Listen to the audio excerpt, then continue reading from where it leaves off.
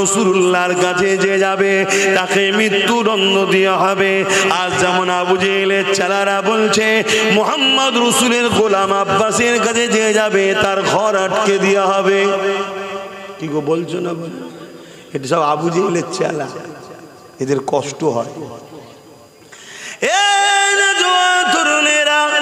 আল্লাহ নবী নূর নবীর বিরুদ্ধে ছিল আবু জেহেল, আইন করে দিল যে মুহাম্মদ রাসূলুল্লাহর কাছে যাবে তাকে মৃত্যুদণ্ড দেওয়া হবে। এই যুবকেরা এই আইন এলান হয়ে গেল। একদিন আমার রাসূলুল্লাহ রাস্তার এক প্রান্ত দিয়ে আসছে, অপর প্রান্ত থেকে আবু জেহেলের ছেলে ইকরামা যাচ্ছে। যখনই সামনাসামনি হয়ে গেছে, ইকরামা আমার রাসূলুল্লাহকে দেখে আর থাকতে পারে না, ছুটে গিয়ে ঈদের সময় যেমন আমরা নামাজ বা দেখে অপরে বুকে বুকে কুলোকুলি করি, ইকরামা আমার রাসূলুল্লাহকে জড়িয়ে ধরে কুলোকুলি করতে লেগেছে। এই মেসেজটা আবু জেহেলের কাছে চলে এলো। আবু জেহেল রাগান্বিত হয়ে গেল। আবু জেহেল ঘোষণা করে দিল, সরদারের ছেলে প্রকাশ্য সবার সামনে মৃত্যুদণ্ড দেওয়াটা একটা কেমন লাগছে, কিন্তু আইন সবার জন্য সমান। ইকরামাকে জঙ্গলে গিয়ে বেঁধে দাও হাতে পায়ে দড়ি দিয়ে, যাতে বনের হিংস্র পশুরা ইকরামাকে ছিঁড়ে ছিঁড়ে খেয়ে নেয়। কথা মতো কাজ হয়ে গেল। ইকরামাকে জঙ্গলে নিয়ে যে বেঁধে দেওয়া হলো। ইকরামাকে বেঁধে দিয়ে সবাই চলে এলো। এদিক থেকে জঙ্গলের ভেতর দিয়ে বিভিন্ন হিংস্র পশুরা আসতে লেগেছে, একের পর এক চতুর্দিক দিয়ে আসতে লেগেছে। এ যুবকেরা কিন্তু ইকরামা অবাক হয়ে দেখে পশুগুলো আসে, কিন্তু কাছে আসে না। দূর থেকে দাঁড়িয়ে দাঁড়িয়ে সবাই ইকরামার মুখের দিকে তাকিয়ে থাকে। আরে নবীর গোলাম 1450-1500 বছর পর নবীর কথা বলার জন্য যদি এতগুলো মানুষ আমার মুখের দিকে তাকিয়ে থাকতে পারে, যে ইকরামা নবীকে জড়িয়ে ধরেছে তার মুখের দিকে তো কায়নাত তাকিয়ে থাকবে। কি থাকবে না থাকবে? আমার দিকে তাকিয়ে থাকেন। আমার থেকে আপনাদেরকে দেখতে অনেক সুন্দর, আমার দিকে তাও তাকিয়ে আছে কেন না? হুজুরের কথা বলছে। তাহলে এই তাকানোটা আমার কৃতিত্ব নয়, হুজুরের বলছি তাই। এই ঠিক বলছি তো না? এখানে এমনও ছেলে বসে আছে যারা জলসাতেই বসেন, কথা বুঝে আসছে না? তাও দেখো মুখের দিকে কি জন্যে? হুজুরের কথা বলছি। তাহলে সম্মানটা কার জন্য? জোরে বলুন, হুজুরের জন্য। কার জন্যে? হুজুরের জন্যে। আর হুজুরকে যে যত ভালোবাসবে তার সম্মান আল্লাহ তত বাড়িয়ে দেবে। বলুন সুবহানাল্লাহ। ভাইরা আমার, ইকরামা দেখছো সব এসে গোল করে ঘিরে বসে আছে, আমার মুখের দিকে তাকিয়ে কেউ খাচ্ছে না। ইকরামা তার জবানে আরবি ভাষাতে এমন করে বলতে লেগেছে, খাচ্ছ না কেন তোমরা? আমাকে আগে আসো। আমার মতো হতভাগ্য আর কে আছে? আমি মুহাম্মদ রাসূলুল্লাহকে একটু জড়িয়ে ধরেছিলাম বলে আমার বাবা মাকে মৃত্যুদণ্ড দিয়েছে। ইকরামা তখন কিন্তু কলেমা পড়েনি, মন দিয়ে শুনবে। ইকরামা তখন ইসলাম আনেনে, ঈমান আনেনে, কলেমা পড়েনি। তখন সে বাপের দলেতেই ছিল, শুধু একটা কাজ করেছিল, আমার নবীর সুন্দর চেহারা দেখে, অদ্দুহাকে দেখে, চেহারায় অদ্দুহা, চেহারায় আনোয়ারকে দেখে থাকতে না পেরে জড়িয়ে ধরে ফেলেছিল। এই যুবকেরা ওই সময় ইকরামা বলতে লেগেছে, আমরা কেন আমাকে খাচ্ছ না? গিয়ে সে আমাকে খেয়ে না। ওই সময় সে ওই পশুদের মধ্যে থেকে জঙ্গলের এক হিংস্র পশু সবার ভিড় ঠেলে আগিয়ে এসে বলে, তার ভাষাটাও মানুষের মতো বার করতে লেগেছে, আরবিতে বেরোতে লেগেছে, ইকরামা অবশ্যই খেয়ে নিতাম তোমাকে, কিন্তু তোমাকে খেতে আমরা পারবো না। মানুষের গোশত বড় সুস্বাদু লাগে, আমাদের খেয়ে নিতা, কিন্তু তোমাকে খেতে পারবো না। এই জন্যে পারবো না, কেননা তোমার শরীর থেকে আখরি নবীর খুশবু বেরোচ্ছে। আরো জোরে বলুন সুবহান।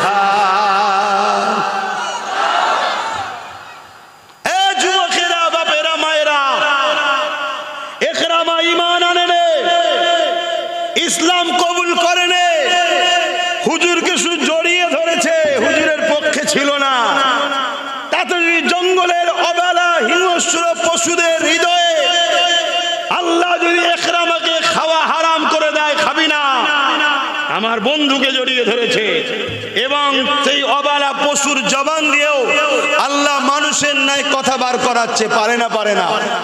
আমরা তো ঘরে টিয়া পুষলে সে আমাদের মতো কথা বলে। কি মহান স্রষ্টার ক্ষমতা আছে না? না।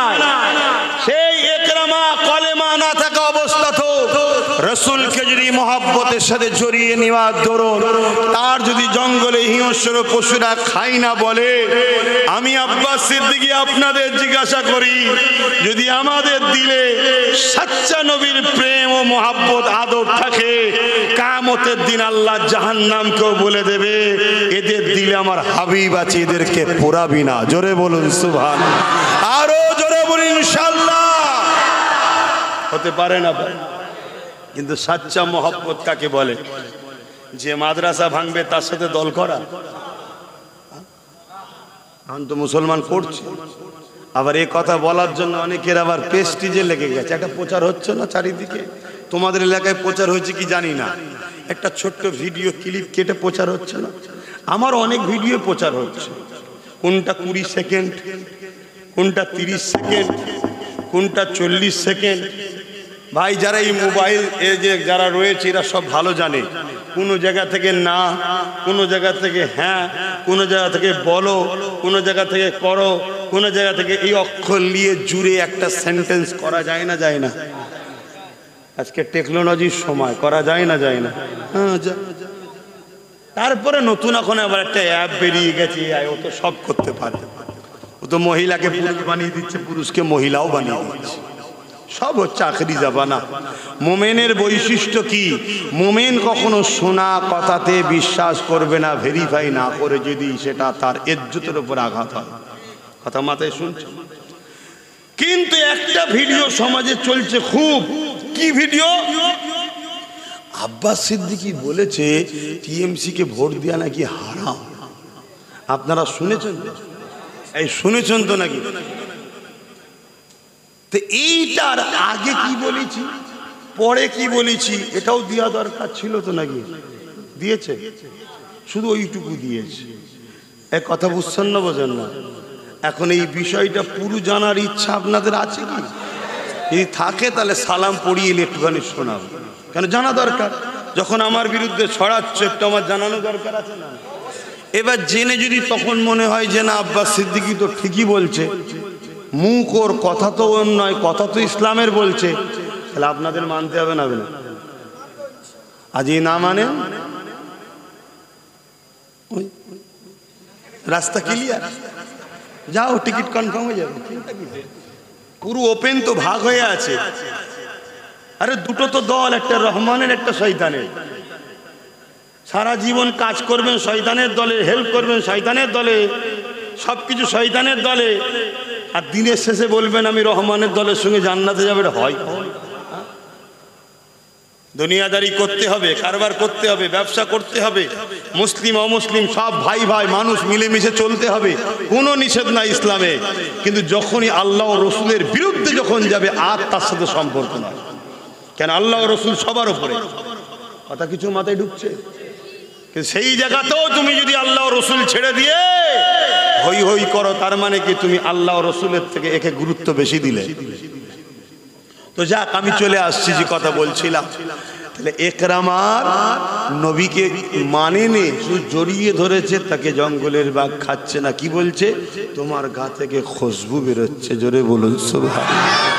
তাহলে আমার নবী কি ছিলেন? খুশবু ছিলেন। জোরে বলুন সুবহানাল্লাহ। আম্মা জান আমিনা হুজুরের একটা কথা বলি, এই খুশবু যখন বিষয়টা এসেছে একটু বলে দিই, শুনে রেখে দেন, অসুবিধে হচ্ছে নাকি?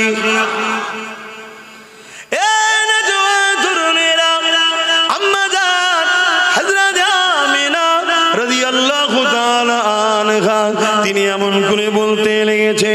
আব্দুল্লাহ হুজুরের সঙ্গে যখন আমার বিবাহটা হয়ে গেল, প্রথম রাত হলো বাসর রাত। আমি আব্দুল্লাহ হুজুরের সঙ্গে আব্দুল্লাহর সঙ্গে বাসর রাত্রি এক জায়গায় হলাম। আব্দুল্লাহ পেশিনা থেকে নূরে মুহাম্মদ রাসূলুল্লাহ আমার পবিত্র রহিমে চলে এলো। যখন আব্দুল্লাহ শরীর থেকে পেশিনা থেকে নূরে মুহাম্মদ রাসূলুল্লাহ যখন আমার রহিমে চলে এলো, ওই রাত থেকে আমি আমিনা আমার শরীর থেকে একটা খুশবু বেরোতে শুরু হয়ে যায়। যতদিন যায় খুশবু বাড়ে, যত রাত যায় খুশবু বাড়ে। একদিন এমন করে হযরতে আব্দুল্লাহ ব্যবসার জন্য চলে গেল, আল্লাহর হাওয়ালায় ইন্তেকাল হয়ে চলে গেল। আমি আমিনা ঘরের মধ্যে রয়েছি, আমার শরীরে খুশবু চারিদিকে ছড়াতে ছড়াতে ছড়াতে ছড়াতে পুরো মক্কা জমিনে এই খুশবুর চর্চা শুরু হয়ে গেল। সবার মুখে মুখে একটাই কথা, আমিনা শরীরে এই খুশবু আমিনা মাখে কোথায়, এই খুশবু আমিনা পায় কোথায়, এই আতর আমিনা পায় কোথায়? মক্কা জমিনে খুশবু তো পাওয়া যায় না। এই খবর রাসূলুল্লাহ দাদা যান হযরতে আব্দুল মুতালিবের কানে চলে এলো।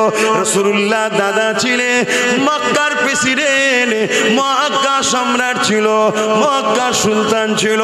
রাসূলুল্লাহ দাদার কানে যখন চলে এসেছে, রাসূলুল্লাহ দাদাও তখন কথাটাকে গুরুত্ব দিল, খেয়াল করে তিনিও বলতে লেগেছে, আমি একজন সম্রাট হিসাবে, সুলতান হিসাবে পৃথিবীর বিভিন্ন সম্রাট সুলতানের সঙ্গে মিটিংয়ে যায়, কিন্তু আমি কখনো এই খুশবু পাই না। কোনো দেশে এত ভিআইপি লোকেরা খুশবু ব্যবহার করে, এই খুশবু কারো শরীর থেকে আমি আব্দুল্লাহ এমন করে আব্দুল মুতালিবও পাই না। এই খুশবু আমার পুত্র বধূ পায় কোথায়? এই জন্য রাসূলুল্লাহ দাদি জানের কাছে গিয়ে অবজেকশন দিল যে আমাদের পুত্র বধূ আব্দুল্লাহর পরিবার সেই খুশবু কোথা থেকে মাখে। সব জায়গায় চর্চা চলতে লেগেছে। এইভাবে রাসূলুল্লাহ দাদি জান বলতে লাগলেন, এ আব্দুল মুতালিব, হ্যাঁ আমিও ভাবতে লেগেছি আপনাকে বলবো বলবো বলবো, কিন্তু বলা হয় না। আমি অনেক সময় দেখেছি আমিনা যখন হাম্মামখানা গোসলখানা থেকে বেরোতো, তারপরে আমি যখন গোসলখানায় ঢুকতাম আমি অবাক হয়ে যেতাম, যেন গোসলখানা নয় কোন আতরের গোডাউনে ঢুকে গেছি। এ যুবকেরা, রাসূলুল্লাহ দাদা দাদি আব্দুল মুতালিব এবং তিনার পরিবার আম্মা আমিনাকে ডাক দিলেন, এদিকে আসো মা। আম্মা আমিনা চলে আসলেন। মারে, বিধবাদের তো খুশবু মাখতে নাই, কোথা দিয়ে খুশবু পান মা? আর এই খুশবু তো মক্কার কোনো জায়গায় পাওয়া যায় না। আমিও বিভিন্ন সম্রাটের কাছে গেছি, তারা অনেক ভিআইপি খুশবু মাখে, কিন্তু আপনার খুশবু সব খুশবুর ওপরে, সব খুশবু আপনার এই খুশবুর কাছে ফিকে হয়ে গেছে। এ আমিনা রে, এই খুশবু কোথা থেকে পান? আম্মা আমিনা বলতে লেগেছে, আব্বা আম্মা আমিনা কোনো খুশবু মাখে না, এই খুশবু আমিনার নয়, এই খুশবু হলো আমিনার মুবারকে গর্ভে যিনি রয়েছে সেই মুহাম্মাদের খুশবু। আরো জোরে বলুন সুবহান আল্লাহু আকবার, ইয়া রাসূলুল্লাহ, আল্লাহ। কে আমার নবী? কে? বুঝতে পারছো? এই দুনিয়ায় যুগে যুগে এরকম কুকুর জাহান্নামের এসেছে যারা আমার নবীর বিরোধী করেছে, আমার নবীর দিনকে মিটাতে চেয়েছে, কোরআনের বিরোধী করেছে, আল্লাহর উপরে মিথ্যাচার করেছে। যেমন কদিন আগে তোমাদের উত্তর 24 পরগনা দত্তপুকুর ভাটপাড়ার এক মানবরূপী পশু জাহান্নামের কুকুরের আবির্ভাব হয়েছে, যে বলছে ইসলামে নাকি রেপ করা পাপ না, অথচ জানে না ওদেরই দলের অনেক নেতারা রেপ কেসের আসামি হয়ে বসে। শুনছেন তো নাকি?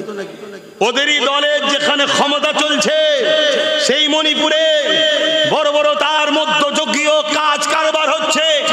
এসসি এসটি দলিত অসহায় গরিব নিচু বর্ণের মহিলাগুলোকে উলঙ্গ করে ঘোরাচ্ছে এই বিজেপি শাসিত রাজ্যে। এই মানবরূপী পশুগুলো তাদের বিরুদ্ধে বলে না কেন? এদের রাজনীতি করার কোনো ভাষা নাই। এরা জনগণকে যা বলেছিল সব মিথ্যা হয়েছে। বিজেপি যে দেশটা ধ্বংস হয়েছে, বিজেপি যা ওয়াদা করেছে সব ফ্রড হয়েছে, সব মিথ্যা হয়েছে, সব চিটিংবাজি হয়েছে। হাতটাকে মোদি একটা ইন্টারন্যাশনাল মিথ্যুক কার্যা প্রমাণ হয়েছে, হয় না হয়নি? জোরে বলো। এরা দেখছে তো রাজনীতির কোন আইন নেই, তাই ধর্মে আঘাত দাও, মাইন্ডটাকে মানুষের ভোলাও, আমাদের দুর্নীতির কথা মানুষ যেন ভুলে যায়। শুনছেন না শোনেন? কিন্তু বড় দুঃখের বিষয়, এরকম মানবরূপী পশুকে হয় পাগলা গারোতে না জেলে থাকা দরকার ছিল, কিন্তু জেলে আছে কি? জোরে বোন আছে? নাই। জেলে থাকবে কে? আপনার গ্রামে মদের দোকান কেউ দেবে, আর আপনার গ্রামে একজন যে বলবে মুসলিম মহল্লায় মদের দোকান দিচ্ছে, এটা আমার ইসলামে খাওয়া হারাম, এটাকে বন্ধ করো, এই যে বন্ধ করতে বলবে সে জেলে যাবে। কেন? আমার রাজ্যে মাতাল সরকার বসে আছে। ভাষা কি খারাপ লাগলো?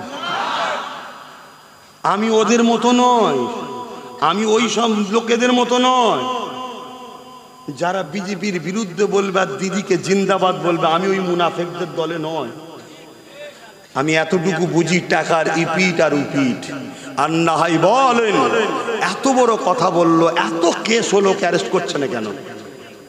কথা বলেন, যুক্তিতে বলেন। আর আপনাদের পাশের ভাঙরে একটা মেয়ে শুধু বলেছে মমতার স্বামী নেই, তার নামে এক জাহান্নামের কুকুর কেস দিল, আবার সেই মেয়েটাকে তুলেও নিয়ে গেল। সেই কুকুরগুলো এর নামে কেস দেবে? এক কথা বল, এরা সব ভাই বোন। কবে বুঝবেন? কিন্তু এরা কি প্রমাণ করছে? আব্বাস সিদ্দিকী হলো বিজেপি। করছে না, করে না? কেন এটা করছে? এটা না করলে মুসলিম সমাজের লোক যদি আব্বাস সিদ্দিকীর কথা শুনে নেয়, তাহলে আমাদের তো চৌকি উল্টে যাবে। আমরা তো বেঁচে আছি এদের দয়ায়। এদের দয়ায় যখন বেঁচে আছো, এদের দিনের দুশ্মনদের উপরে দরদ দেখাচ্ছ কেন? এদের মসজিদ মাদ্রাসাকে যারা মিটাতে আসছে তাদের বিরুদ্ধে যখন এরা লড়াই করছে, তুমি কেন বলছো দিল্লি চলে যাও? তুমি যদি এদের দয়াতেই বেঁচে থাকো, তাহলে এদের বাচ্চাদের ঘরে কেন বলেছো যে রাস্তার কুকুরকের বাচ্চাকে মিড ডে মিল দেবো, তো মাদ্রাসার বাচ্চাদের মিড ডে মিল দেবো না? এই জানোই সরকার বলেছে, জানো তো নাকি? না জানলে তোমার সমালোচনা করবে। যদি এদের দয়ায় বেঁচে থাকো, তাহলে দুর্গাপুরে বোল্ডুজার দিয়ে পশ্চিম বাংলায় মাদ্রাসা ভাঙা হলো কেন? এদের দয়াতেই যদি বেঁচে থাকো, তাহলে 32টা মাদ্রাসার আনএডেড বন্ধ করে দিলে কেন? এদের দয়ায় যদি বেঁচে থাকো, তাহলে তুমি বললে কেন আমার উন্নত কোরআন শেষ হয়ে যাবে, আমার উন্নতি শেষ হবে না? এই যে কোরআন শেষ হয়ে যাবার কথা বলে, তাকে কোনো মুসলমান সাপোর্ট করলে ঈমান থাকবে? তার মানে তুমি ওই কথাকে অ্যাকসেপ্ট করলে। কথা বুঝে আসছে না? নাই, খুব জ্বলন হচ্ছে আব্বাস সিদ্দিকীর কথায় অনেকে, যে কি করা যাবে বল দেখি। এ তো সব ভান্ডা ফেটিয়ে দিয়েছে, কিচ্ছু করার নেই। যতদিন আমার ধরে জান আল্লাহ রেখেছে আর আল্লাহ মেম্বারে নিয়েছে বসাবে, ততদিন আমি কোরআন দিনের পক্ষে লড়বো। এক কথা শুনছেন না শোনেন? যদি বলো যে না তুমি কোরআন দিনের জন্য লড়ছো না, তাহলে আমি তোমাকেই তো অফার দিচ্ছি, তুমি তওবা, তুই তওবা কি করবি? তুই কমসে কম বল যে আমার এগুলো বলা ভুল হয়েছে, তাহলে আমি তোর বিরুদ্ধে বলা বন্ধ করে দেবো। কথা বুঝছেন না, বোঝেন না? তাহলে তোর বিরুদ্ধে বলা বন্ধ করে দেবো। আর আমি একজন নাগরিক হিসাবে আমার একটা ভোট আছে, রাজনীতি আছে। কথা বুঝে আসছে না? নাই, আমার ভাই একটা দল করে, এই ভাই হিসেবে তার সাথ দেবো না? দেবো না। কিন্তু আমার ভাইও যদি অন্যায় করে, তখন তার সাথ দেওয়া যাবে না। না, যাবে না। তখন তার বিরুদ্ধে আমাকে বলতে হবে, তবে তাকে বুঝাবো পরিবর্তন হোক। যদি না বোঝে, তার সাথে আমার সম্পর্ক আলাদা করতে হবে। কেন? ভাই আগে নয়, ভাই আগে নয়।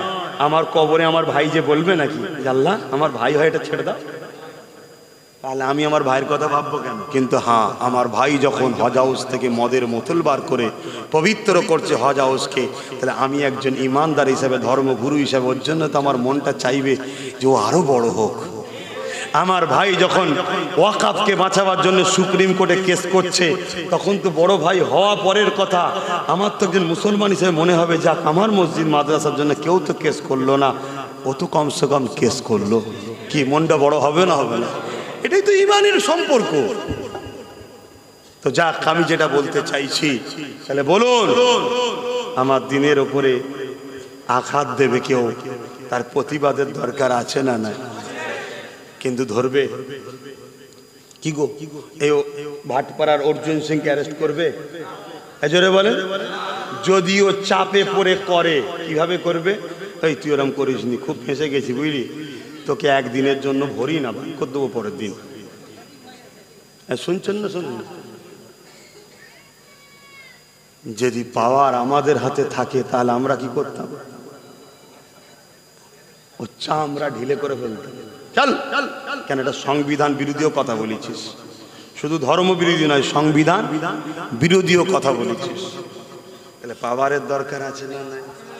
এজন্য আব্বাস সিদ্দিকী ধর্মনীতির কথাও বলে, সমাজনীতির কথাও বলে, পরিবার নীতির কথাও বলে, প্রতিবেশী নীতির কথাও বলে, পাশাপাশি নিজের ভক্ত মুরিদ অনুসারী, দাদা পীরের ভক্ত মুরিদ অনুসারীদের ঘরে সমাজে সচেতন করে। বুকা, কত আর পরের বাপকে বাপ বলবি, একটু নিজেরা ক্ষমতা অর্জন কর। কথা বুঝছেন না? বোঝেন? একটু মাথায় রাখি, একটু বোঝেন, নাই বিরাট বড় ক্ষতি হতে চলেছে, বিরাট বড় ক্ষতি হতে চলেছে। একটা সামনে ভয়ানক দিন। আমি অনেক আগে বলেছিলাম একটা কথা, যে একটা দিন আসছে তোদের নাগরিকত্ব কেড়ে নেবে, সেদিন আব্বাস সিদ্দিকীকে বলবি যে ভাইজান আমার ভুল হয়েছে, বা তোমার কথাই ভোট দেবো, সেদিন আর তোর কিছু উপায় থাকবে না। বলেছি না বলিনি? অনেক আগে বলেছিলাম, আজকে সেই দিন আসছে। আমার তো মনে হচ্ছে আগামী কাল পরশু থেকেই বাড়ি বাড়ি নোটিশ আসবে। শুনছেন না? শুনুন, আগামী কাল পরশু থেকেই বাড়ি বাড়ি নোটিশ আসবে।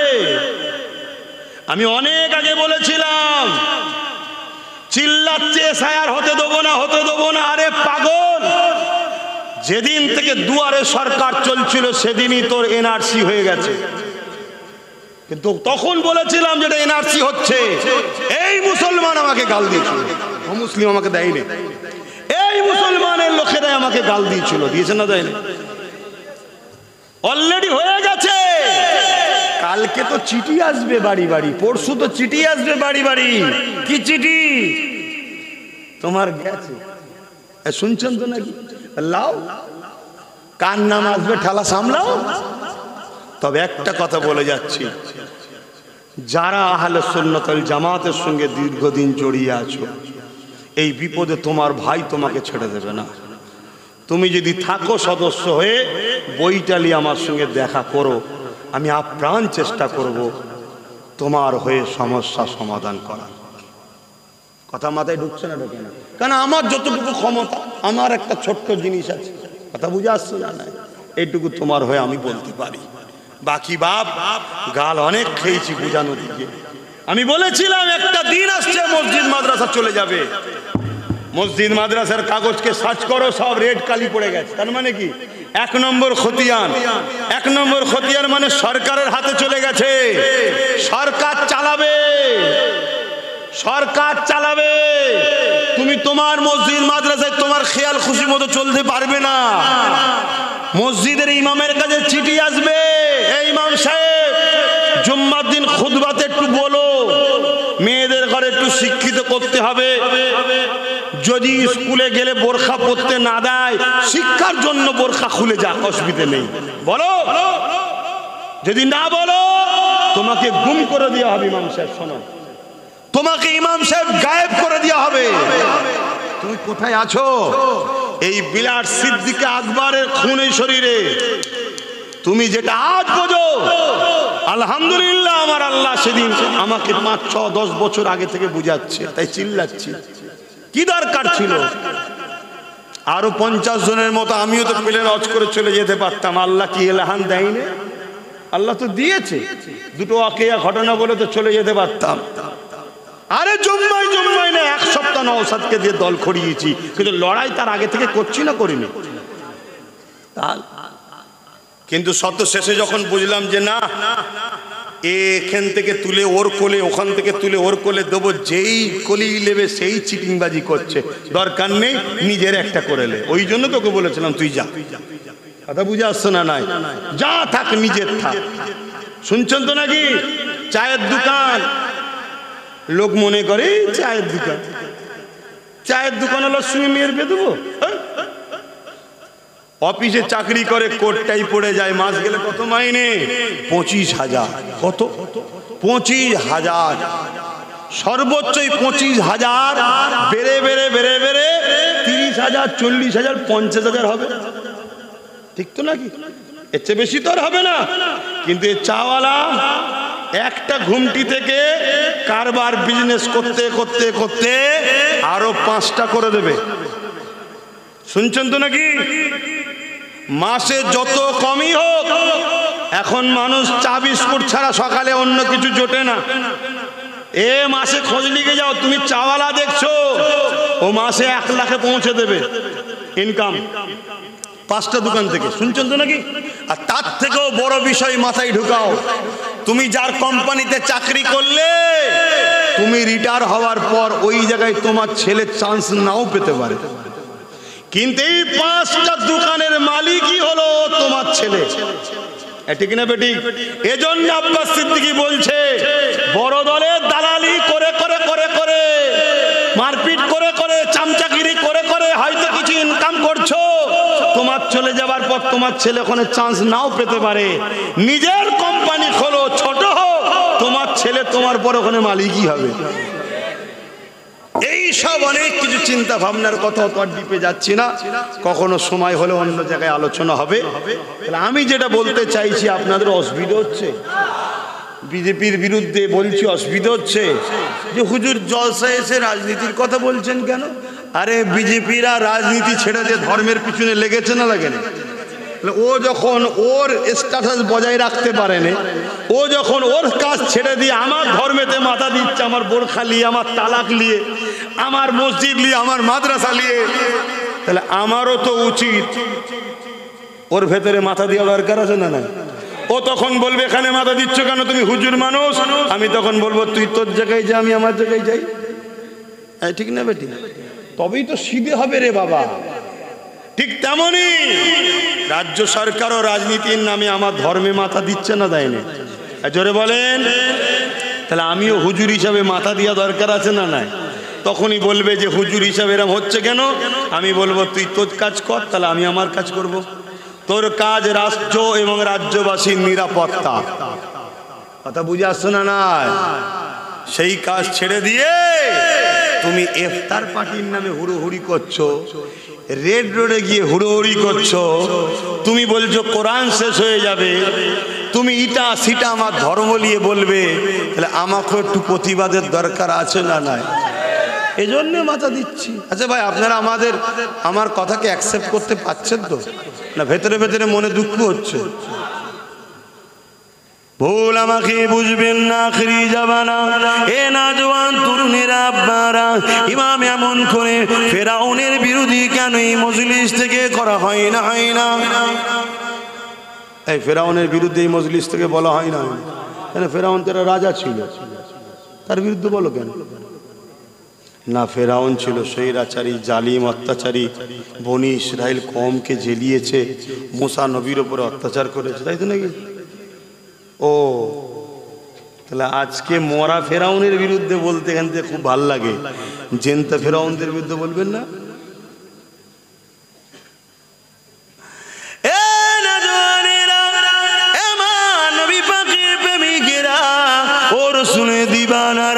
মন দিয়ে শুনে রেখে দান, জেনে রেখে দান, এই দুনিয়াতে একটা পরীক্ষার জায়গা।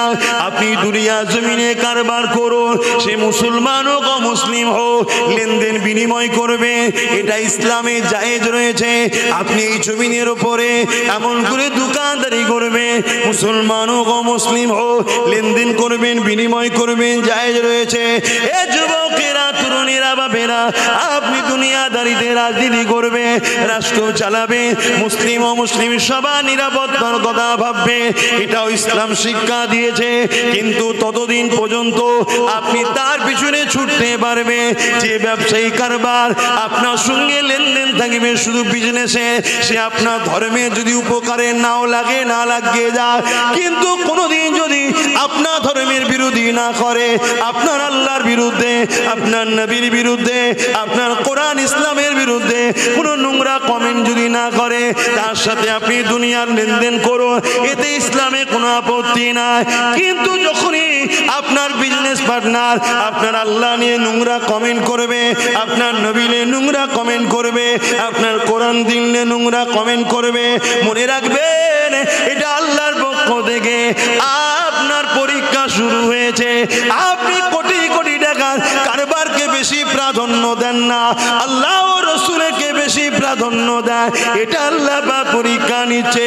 ওই সময়ে যদি আপনি বলে যে তোমার সঙ্গে সম্পর্ক রাখার প্রয়োজন হবে না, তোমার সঙ্গে সম্পর্ক রাখতে পারছি না, কারণ এই বিজনেসের থেকে, এই টাকা ধন দৌলতের থেকে, এই জমি জায়গা থেকে, এই থেকে সব কিছু থেকে এবং নিজের জানের থেকে আমার কাছে আল্লাহ ও রাসূল প্রিয়, তুমি আমার আল্লাহর উপরে আঘাত দিয়েছো, নবীর বিরুদ্ধে নোংরা কমেন্ট করেছো, আর তোমার সাথে আমার সম্পর্ক রাখা সম্ভব নয়, এই আকীদা যদি করতে পারেন তবেই জানবেন ঈমান ঠিক আছে। এটা তো পরীক্ষা নেবে আল্লাহ, কি গো নেবে না, নেবে না? কিন্তু আমরা তো ফেল হয়ে যাচ্ছি, আমরা তো লোভ লালসা সামলাতে পারছি না। হ্যাঁ, যদি লোভ লালসা সামলাতে না পারো তাহলে তো বাবা আখিরাত নষ্ট হবে। এ দুনিয়া তো পরীক্ষার জায়গা, এখানে তো চিরস্থায়ী নয়, এখানে তো আল্লাহ বিভিন্ন দিক দিয়ে পরীক্ষা নেবে। কাউকে ধন দৌলত দিয়ে পরীক্ষা নেবে, কাউকে জমি জায়গা ঘর বাড়ি কেড়ে নিয়ে পরীক্ষা নেবে, কাউকে আল্লাহ বিমার দিয়ে পরীক্ষা নেবে, কাউকে আল্লাহ সন্তান আওলাদ দিয়ে, আবার কারো সন্তান আওলাদ কেড়ে নিয়ে পরীক্ষা নেবে, আবার কাউকে আল্লাহ ক্ষমতা শাসক বানিয়ে পরীক্ষা নেবে, কাউকে আবার আল্লাহ জালিম শাসকের নিচেই রেখে পরীক্ষা নেবে। সাহাবা হুজুরদের উপরে কম পরীক্ষা হয়েছে? যে কথা বলছিলাম মনে আছে তো, হযরতে খুবাইব রাদিয়াল্লাহু তাআলা আনহু হুজুরের কথা প্রথম বলছিলাম না, ওটা একটু বলি নাকি? অন্যদিকে চলে গিয়েছিলাম, বলি। তিনাকেও পরীক্ষা নিয়েছেন না নাই না আল্লাহ? জালিম শাসক কি বলছে, খুবাইব তোমার সাথী সঙ্গীদের ঘরে সব মেরে দিচ্ছি, তুমি যদি আমাদের কথা মেনে নাও, আমাদের কথা অ্যাকসেপ্ট করে নাও, মুহাম্মদ রাসূলকে যদি ছেড়ে দাও, তাহলে তোমাকে আমরা মারবো না, আজাদ করে দেবো। চোখের সামনে একটার পর একটা সাথীদের ঘরে শুলির ওপরে চেপিয়ে চেপিয়ে হত্যা করছে, শহীদ করছে।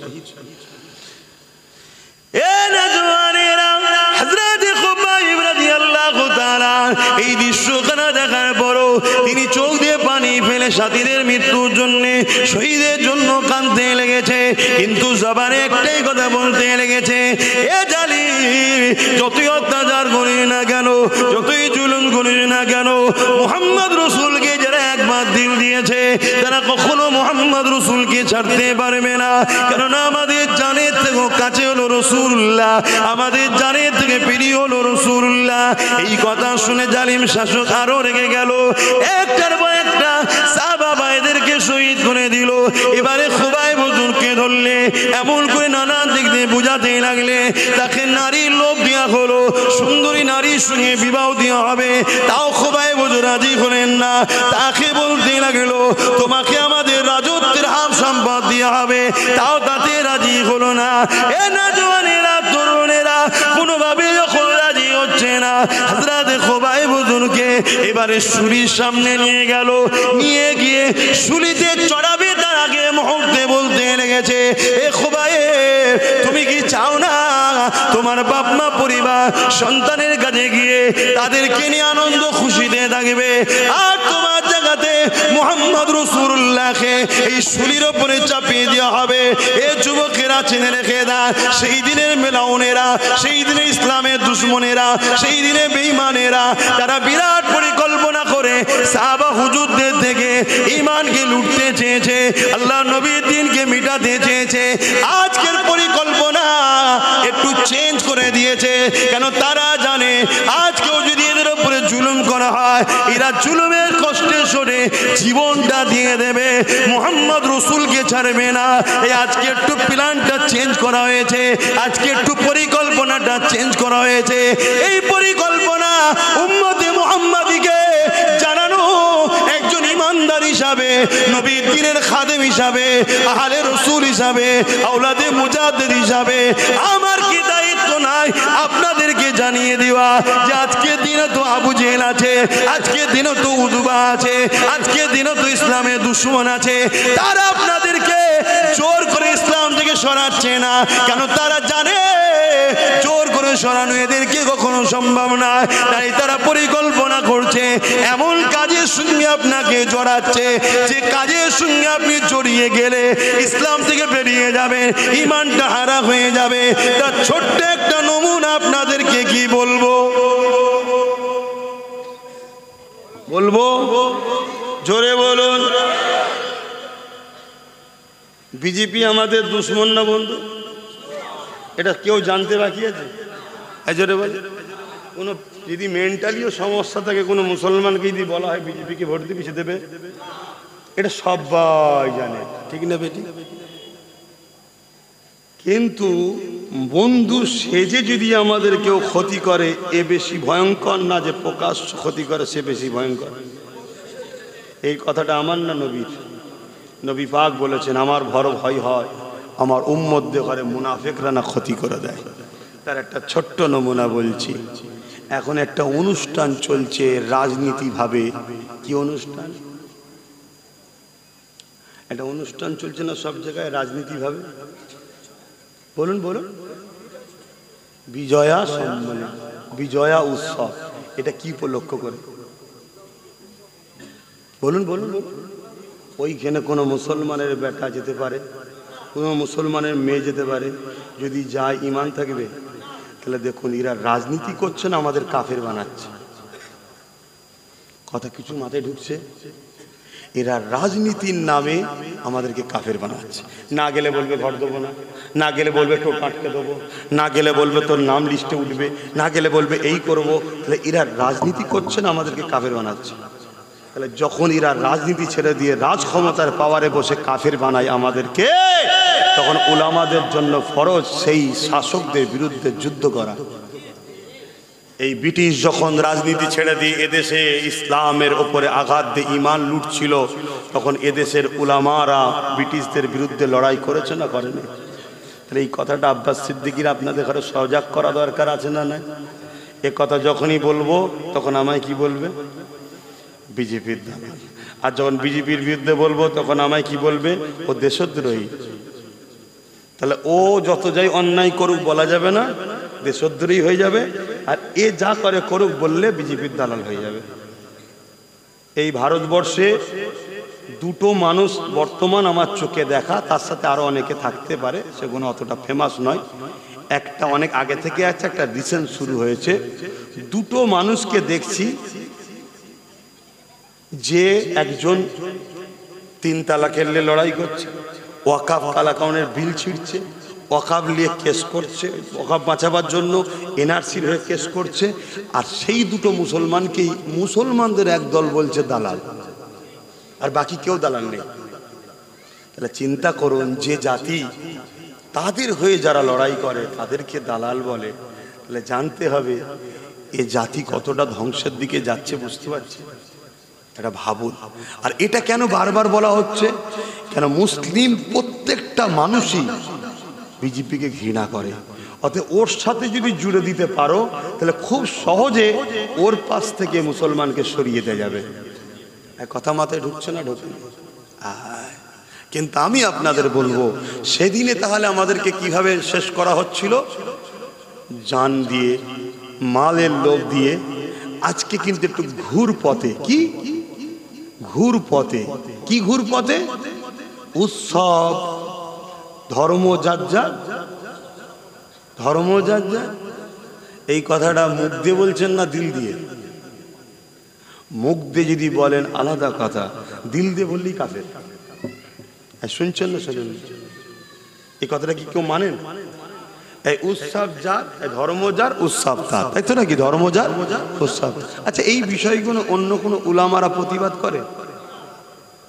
আমার বিরুদ্ধে যারা মুখ খুলছে তারা প্রতিবাদ করে কেন? সব ভাড়াই চলছে, ভাড়া।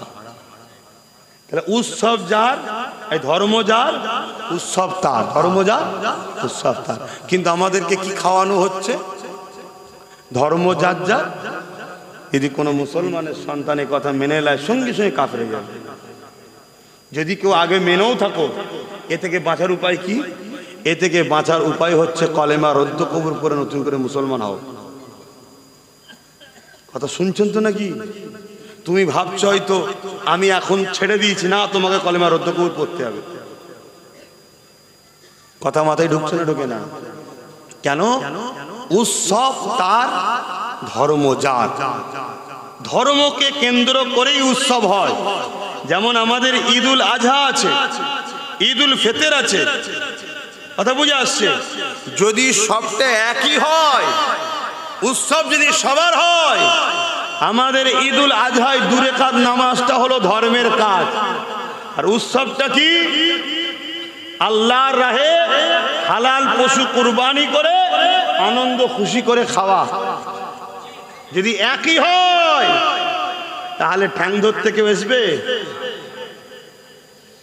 আমি এটাকে কাউকে ছোট করছি না, না আসার প্রয়োজনও নেই। কেন আসবে? তার ধর্মে এটাকে অপছন্দ করা হয়, সে না আসে, এটাই উত্তম। ঠিক তেমনি যে উৎসবের সঙ্গে শিরক যুক্ত হয়, সেইখানে গিয়ে কখনো ঈমান থাকতে পারে না, মুশরিক হয়। কথা বুঝছেন না? বুঝি। এবং মেলাতে বাজার বসিয়ে ওই বাজারের পয়সা বিক্রি করে বা মেলার খাদ্য কিনে খায় যদি কেউ বিসমিল্লাহ বলে, তারও ঈমান চলে যাবে। কেন? সেখানে গান বাজনা হয়, বেশরিয়াতির কাজ হয়। তাহলে এইটা গান বাজনা বেশরিয়াতির কাজের খাবার যদি খাবার নিজের পয়সায় কিনে যদি ঈমান চলে যায়, তাহলে দীঘায় কেউ কিছু কারো ধর্মের কিছু করবে, তার ভোগ বা কি বলে ওই সব যদি দিয়ে রেশনের মাধ্যম দিয়ে খাওয়ানো হয়, ঈমান থাকবে? তাহলে আমাদের কিরা রাজনীতি করে কি বানাচ্ছে? তাহলে এই কথাটা আব্বাস সিদ্দিকী বলে দিয়া খারাপ? এই কথা বলাতে এখন খুব মাথা গরম হয়েছে আমার অনেক মুনাফিক বন্ধুদের, খুব লেগে গেছে। কি বলছেন? বলা হবে না বন্ধ হয়ে যাবে? প্রতিবাদ হবে না বন্ধ হবে? হ্যাঁ হবে প্রতিবাদ। আর মনে রেখে দিও, যারা বারুদের স্তূপের উপরে আছে তাদের কাছে একটা মেসেজ, ওই যে দিশলাই কাটি হচ্ছে বিরাট ভয়ঙ্কর জিনিস। কথা বুঝছেন না? বোঝেন না? কেন আছে সে বারুদের স্তূপের উপর, তার কাছে একটা দিশলাই কাটি বড় ভয়ঙ্কর জিনিস। এনে একটা কাটি সাইজ করে দেবে। কথা বুঝছেন ভাইয়েরা আমার? এজন্য আমি সব জায়গায় গিয়ে একটু বুঝাই যে নামাজ পড়ছেন পড়ুন, মুশরিকের নামাজ কবুল হবে না। নামাজ পড়ছেন পড়ুন, কাফেরের নামাজ কবুল হবে না। রোজা রাখছেন রাখুন, মুনাফিকের রোজা কবুল হবে না। হজ করছেন করুন, মুশরিকের হজ কবুল হবে না। আপনি বলছেন কি করে হলাম? আপনার এই কাজ যদি এরকম হয় যেখানে গায়রুল্লাহর সঙ্গে শরীক করা হয়, এর সাথে যদি আপনি জড়িত থাকেন, এতে আপনার ঈমান থাকতে পারে না, পারে না, পারে না। কথা বুঝে আসছে? শরিয়ত তো আব্বাস সিদ্দিকীর বাপের নয়, ঠিক তেমন শরিয়ত আপনাদেরও আব্বা জানদের নয়। শরিয়ত হলো আমিন আল্লাহর, মানতে হবে। আর আমারও ডিউটি হক কথাটা বলে দেওয়া। কেন? কত কষ্ট করে ইসলাম প্রতিষ্ঠিত করেছে।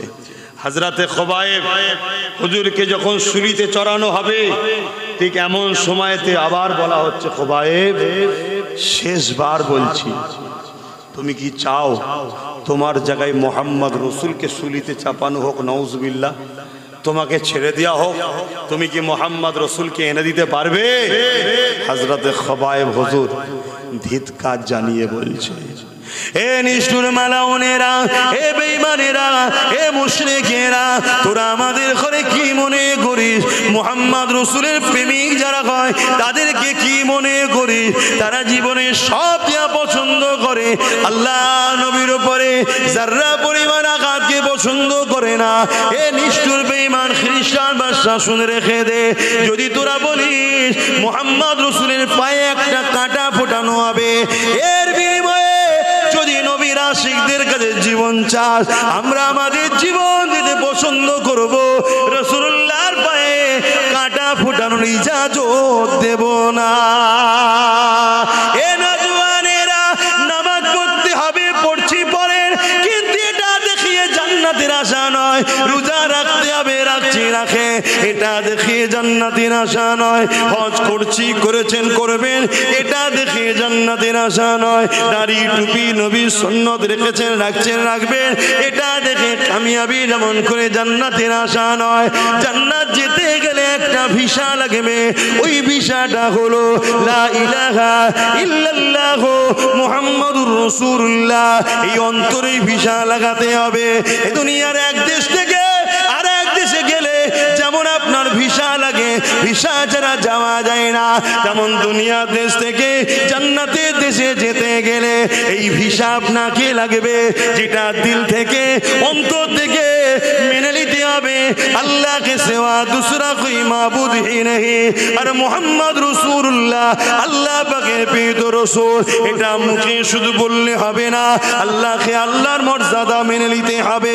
রাসূলুল্লাহকে জানের থেকে বেশি ভালোবেসে আদবের সঙ্গে মেনে নিতে হবে।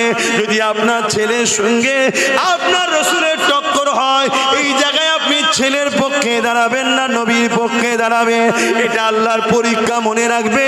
যদি আপনি ছেলের পক্ষে দাঁড়িয়ে যান, আপনার মধ্যে ঈমান নাই, ওই জায়গায় যদি আপনি রাসূলুল্লাহর পক্ষে দাঁড়িয়ে যান, যদি হয় ছেলেকে মৃত্যুদণ্ড দিতে হতে পারে, তাও ছেলে মরে যাক, আমি রাসূলুল্লাহকে ছাড়বো না। এই ঈমান যার মধ্যে আছে সেই যাবে জান্নাতে। আজকে ডাক্তাররা ইসলাম প্রচার করছে, উকিলরা ইসলাম প্রচার করছে, মাস্টাররা ইসলাম প্রচার করছে, শুনছেন তো নাকি? ঘরে দুটো চটি বই পড়ে নিয়েছে, আর ওই কি বলে ইউটিউবে গুগলে ইসলাম সার্চ করে দুটো পড়ে নিয়ে ফটর ফটর করছে, বলছে আমি সব জানি কোরআনের, আমি মাদ্রাসা, আমি সব জানি, সব জানি, সব জানি, সব জানি। একজন ইংলিশের লেকচারার, কলেজের ইংলিশের টিচার, সে ইংলিশ জানে না, জানে না, জেনে বলুন। এখন তার কাছে যেটা আইনের কিতাব তুলে দেওয়া হয়, সে আইনের কিতাবটা পড়তে পারবে না, পারবে না। সে যদি এখন কালকে কোর্টে দাঁড়ায় লড়াই করতে, জিতবে কেন? তো পড়তে পারছে। কথা বল, একজন ইংলিশের টিচার, তাকে যদি কি বলে সায়েন্সের মেডিকেলের কিতাব তুলে দেওয়া হয়, সে সব পড়লো, কোথায় নাড়ি আছে, কোথায় নক্ষত্র আছে, কোথায় কোন শিরা আছে, আর আছে কতটা কি আছে, সব পড়েছে। শুনছেন? কোনোদিন অপারেশন করেনি, আপনি তার কাছে অপারেশন হতে যাবেন? কেন যাবেন না? জি আল্লাহ, এ তো কোনোদিন কাটেনে, কি কাটতে গিয়ে কি কেটে ফেলবে, দরকার নেই বাবা। কি এই জান যাবার বেলায় এত ভাবছেন? হ্যাঁ, আপনি ইমানের মামলায় একটু বুঝবেন না, কার কথা শুনছেন, কার কাছে যাবেন, কার কথা নেবেন, একটু ভাবা দরকার আছে না? না, দু পাতা পড়ে নিলে শুধু হয় না। ডাক্তারকে, অভিজ্ঞ ডাক্তারের কাছে আরো 20 বছর ধরে পিছনে ঘুরতে হয়, এই কাঁচি দে, এই দে। কটাই নামা যাবে? আচ্ছা আচ্ছা, 45-এ জামাত, ঠিক আছে। আজান হয়ে গেলেই সালাম দোয়া পড়ে দিচ্ছে। এটা আপনাদের মসজিদ কি? আচ্ছা ঠিক আছে। তো সেই জায়গা বাপ জানেরা আজান হয়ে যায়, ও এখানেই মসজিদ।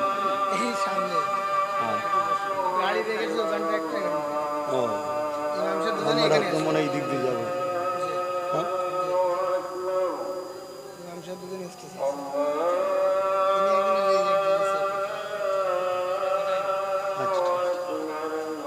এখনই সালাম।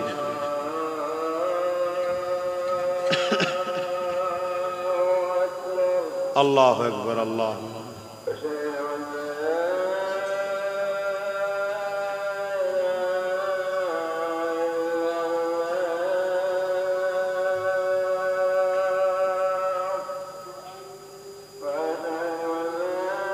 لا حول ولا قوة.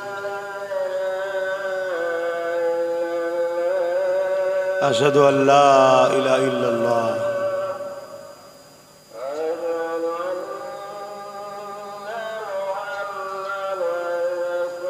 صلى الله عليه وسلم. صلى الله عليه وسلم.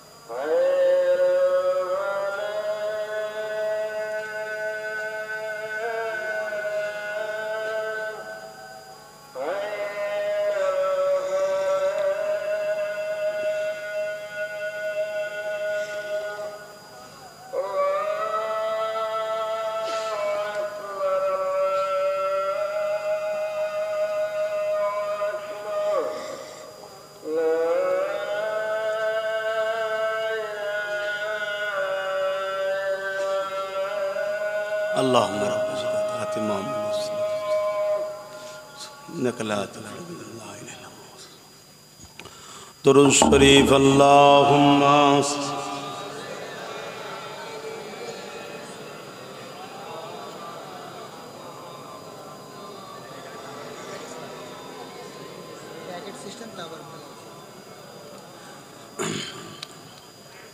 আর কথা নয়, তাবারুকের আবার ব্যবস্থা আছে।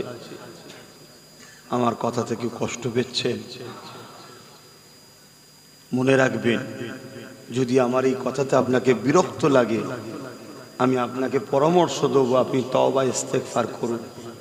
আপনার ভেতরে শয়তান বাসা বাঁধা শুরু করছে। কথা বুঝে আসছে? কেন আমি আপনার দ্বীনের জন্য বলছি, আপনি আমার কোরআন, রাসূল, আল্লাহর জন্য বলছি। কাদের বিরুদ্ধে? যারা দ্বীনের দুশমন, তাদের বিরুদ্ধে বলছি। আসেন, হয়তো ভাষাটা সুন্দর হচ্ছে না, হয়তো গুছিয়ে বলতে পারছি না, কিন্তু মাকসাদটা হলো দ্বীনের দুশমনদের বিরুদ্ধে বলা। একটু দাঁড়িয়ে রাসূলকে সালাত ও সালাম। হে নবী,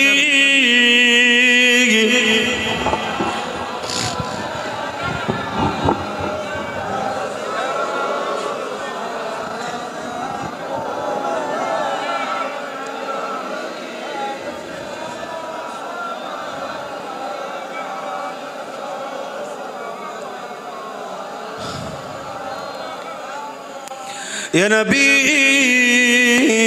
नामो ओ प्यारा, या रसूल नामो प्यारा, अर्श पर हक ने पुकारा, सज पैगो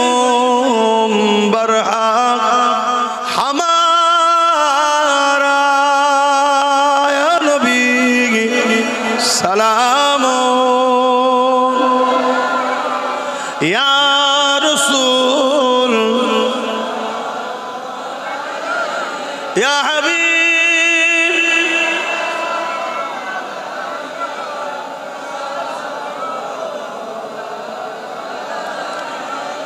পড়িলো আল্লাহ আরো বাণী, পোহালো দুঃখে রজনী, হইল জগৎ অনুরানী, আমিনার নয়নের মনি, নবী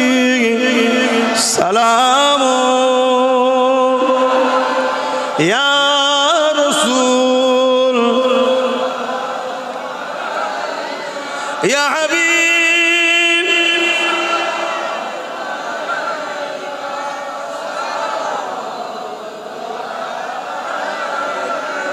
সকলে কে আগে বসুন। বালাগাল উলা বিকামালিহি কাসাবাত দুজা বিজামালিহি হাসানাত জামিউ কসালিহি সাল্লু আলাইহি ওয়া আলিহি আল্লাহুম্মা সাল্লি আলা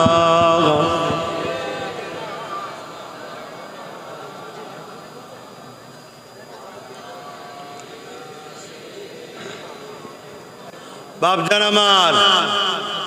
করি খতম কোরআন তেলাওয়াত আছে, কলেমা শরীফ দরুদ শরীফ আছে, আল্লাহ কবুল করেন, আল্লাহ শেফা দান করেন। একজন অসুস্থ, এখন দোয়া চাওয়া হবে, তাবারুকটাকে দিয়ে নি। কিন্তু একটা কথা তো বলবো বললাম, সময় তো হু করে চলে যাচ্ছে, একটুখানি ছোট করেই বলি। ছড়াচ্ছে কি আমি নাকি বলেছি টিএমসি কে ভোট দিয়া আরাম যাবে না? না, হ্যাঁ, প্রথম থেকে শোনেন। এই তাবারুক দিউনি অন্ধারা এর কথা বলে কি করে হবে ভাই? 21শে অগ্রাণ মনে আছে তো? নলেজ সিটি 2-3 বছর মনে হয় ডাকা হয়নি না? এবছর ডাকলে যাবেন তো নাকি? ঠিক করে বলছেন, যাবেন তো নাকি? এবছর একটু বেশি কষ্ট করতে হবে, ওখানেও যেতে হতে পারে, আবার ব্রিকেটেও যেতে হতে পারে। হাঁপি যাবেন নাকি? হাঁপি যাবে তো যাক, একজন নলেজ সিটি দিয়েছে, আল্লাহ কবুল করেন। ভাই শুন, বলতে দেন, কি হবে না আজকাল? আচ্ছা ঠিক আছে, শুনছেন, একটু বলতে দেন। আল্লাহ নবী বললেন, বসেন বসেন মুরব্বী বসেন। আল্লাহ নবী বললেন, বলতে দেন একটু। আল্লাহ নবী বললেন, অন্যায় দেখলে হাত দিয়ে রোখো। কি দিয়ে? হাত দিয়ে। যদি হাতে ক্ষমতা না থাকে মুখ দিয়ে প্রতিবাদ করো। কি দিয়ে? যদি মুখেও ক্ষমতা থাকে অন্তর থেকে ঘৃণা করো। হাত দিয়ে রুকা এ ক্যাটাগরির ইসলাম ইমান, মুখ দিয়ে প্রতিবাদ করা দ্বিতীয় স্তরের ইমান, আর অন্তর থেকে ঘৃণা করা একেবারে শেষ নিম্নমানের ইমান, শেষ স্তর। যদি হাত দিয়েও প্রতিবাদ না হয়, মুখ দিয়েও প্রতিবাদ না হয়, অন্তর থেকে ঘৃণা না হয়, উপরন্ত অন্যায়কে সাপোর্ট করলো, তার মধ্যে ইমান। কথা মাথায় ঢুকছে? হ্যাঁ। এবার অন্যায় 2 ধরনের হয়, একটা নিজের ক্ষতি, একটা দিনের ক্ষতি। নিজের ক্ষতি কাবিরা গুনাহগার যদি হয় তওবা করলে আল্লাহ মাফ করবে, জোরে বলুন সুবহানাল্লাহ। দিনের ক্ষতি মাফ নাই। কথা মাথায় ঢুকছে? এখন বলুন, কেন্দ্র সরকার সংখ্যাগরিষ্ঠতা দেখিয়ে সংবিধানের ধারাকে লঙ্ঘন করে ওয়াকফ কালা কানুন করেছে, এটা নাই করছে না অন্যায় করছে? এটা আওয়াজ দিয়ে বলুন। মসজিদ মাদ্রাসার বিরুদ্ধে আইন করেছে, নাই করেছে না অন্যায় করেছে?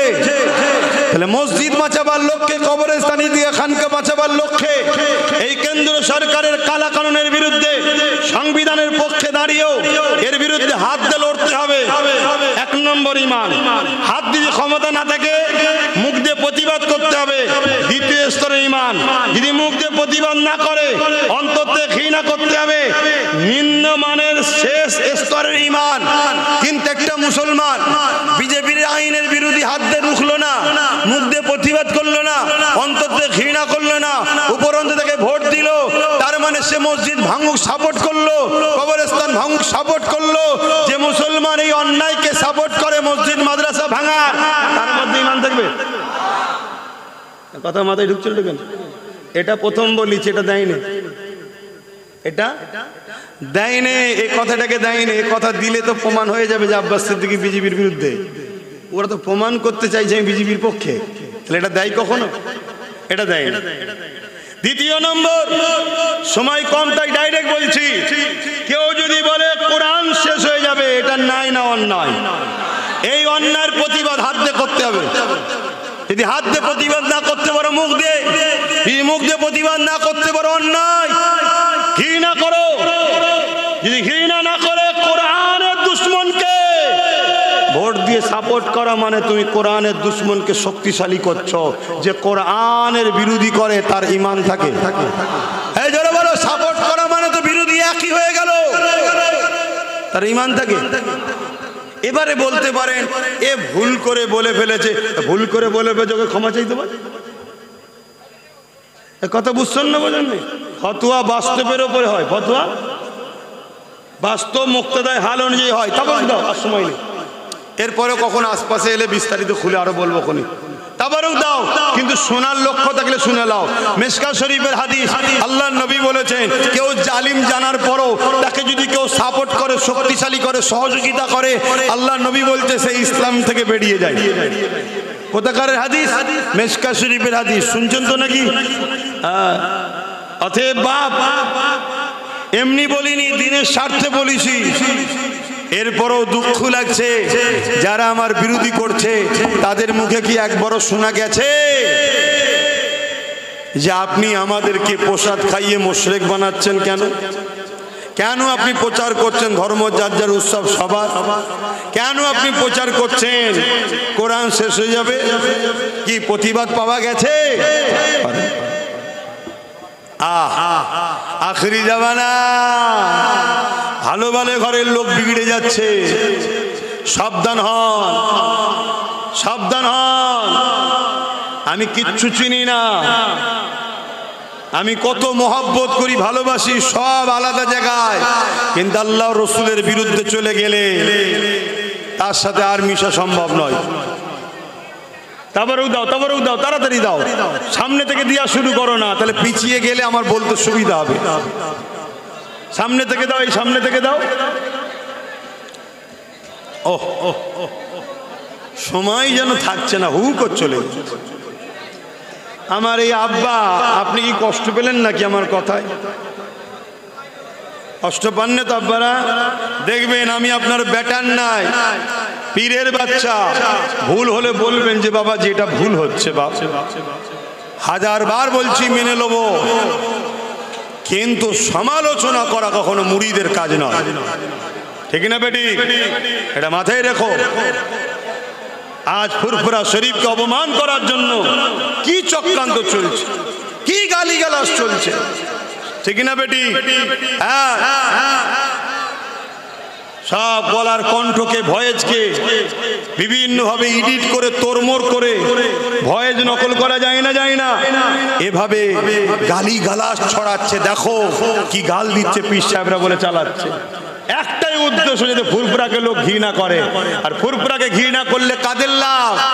যারা ইসলামকে মিটাতে চায় তাদের লাভ। কেন? ফুরফুরা হলো পশ্চিম বাংলার সুপার পাওয়ার। জোরে বলুন সুবহানাল্লাহ। হ্যাঁ, আরো অনেক হক সিলসিলা আছে ছোট ছোট, তারা হয়তো অন্য জায়গায় বড় আছে, কিন্তু পশ্চিম বাংলায় সংখ্যাগরিষ্ঠ তারা।